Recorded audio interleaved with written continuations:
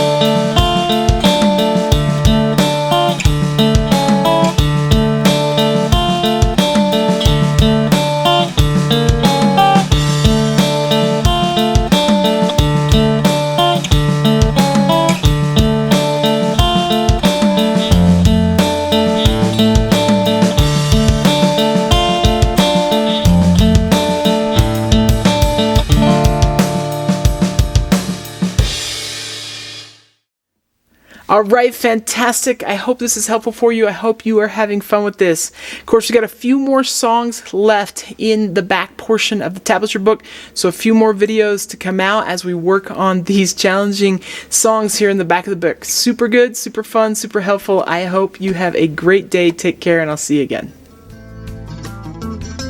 Thanks for watching this video. If you found it helpful, please hit the like button and subscribe to the channel. And be sure to check out more great content.